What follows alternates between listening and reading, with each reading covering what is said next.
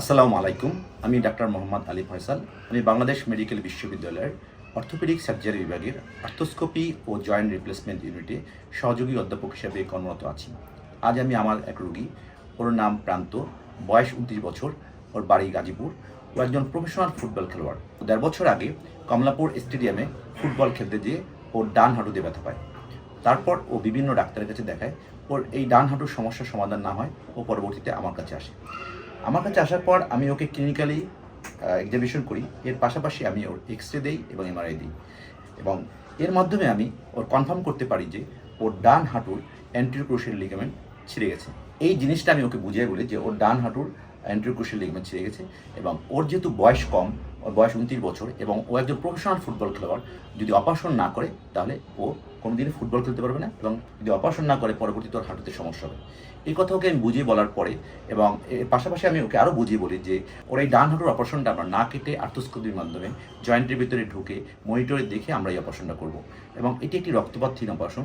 এবং এই অপারেশনটা আমি যেদিন করব সেদিন সকালে ওকে ভর্তি দিব, তার পরের দিন ওকে দুপুরে অপারেশন করে পরের দিন ওকে আমরা ছেড়ে দিব। ওকে এই সব কথা আমি বুঝিয়ে বলার পরে ও অপারেশন যারা রাজি হয়, ভর্তি করার পরামর্শ দিলে ও হসপিটালে ভর্তি হয়। পরবর্তীতে আমরা অপারেশনটা করি। অপারেশন করার পরে ওকে আমরা যেভাবে ওকে পোস্ট অপারেটিভ প্রোটোকল অর্থাৎ অপারেশনের পরে যেভাবে নিয়মকানুন মানতে বলেছি, ও ঠিক 9 মাস ঠিক সেইভাবে নিয়মকানুন মেনে চলেছে।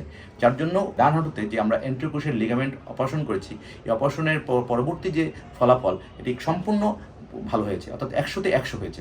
যার কারণে ও 9 মাস পর ও আবার ওর ফুটবল খেলায় ফিরে যেতে পারছে, এবং ও এখন নিয়মিত ফুটবল খেলে। ও আজকে আসছে আমার কাছে দেখা করার জন্য, যে স্যারের সাথে একটু দেখা করে আসি কেমন আছে। আমি ওকে দেখলাম যে না, ও সম্পূর্ণ সুস্থ আছে, ওর ডান হাঁটুতে এখন আর কোনো সমস্যা নেই। তো আপনারা এখন প্রান্তের মুখ থেকে শোনেন যে ওর ডান হাঁটুতে কী সমস্যা হয়েছিল। আসসালামু আলাইকুম। আমি কমলাপুর স্টেডিয়ামে খেলতে এসে পায়ে হাঁটুতে ব্যথা পাই। ব্যথা হওয়ার পরে অনেক ডাক্তারের কাছে যাই, যাওয়ার পরে অনেক কিছু কোনো সমস্যার সমাধান হয় না। তারপরে আমি এখানে স্যারের কাছে আসি। আসার পর স্যার আমার এক্সরে এবং এমআরআই করতে দেয়। এমআরআই করার পরে যে রিপোর্টটা দেওয়ার পরে স্যার দেখা বলে যে এটা আমার অ্যাসিড লিগামেন্ট যেটা বলে ওটা ছিঁড়ে গেছে, ওটাকে অপারেশন করতে হবে। ভর্তি হওয়ার পরে আমার অপারেশন স্যারে করে দেওয়ার পরে আমার যেভাবে নিয়মকানুন মানতে বলে ওইভাবে আমি নিয়মকানুন নিয়ে মানার পরে 9 মাস পরে আমি সম্পূর্ণ সুস্থ হয়ে যাই। সম্পূর্ণ সুস্থ হওয়ার পরে আস্তে আস্তে ফুটবল খেলা আস্তে শুরু করি। এখন আমি সম্পূর্ণ সুস্থ আছি, রেগুলার ফুটবল খেলতেছি, আমার কোনো সমস্যা হয় না। হাঁটুর কোনো সমস্যা আমার এখন নাই। এবং সামনে আবার 2টা ম্যাচ আছে আমার, সবাই দোয়া করবেন আমি যেন ভালো করে খেলতে পারি। ধন্যবাদ প্রান্তর কাছ থেকে শুনলেন যে প্রান্ত এখন একদম সম্পূর্ণ সুস্থ হয়ে ওর যে আগে ফুটবল খেলতো সেই ফুটবল খেলতে পারে।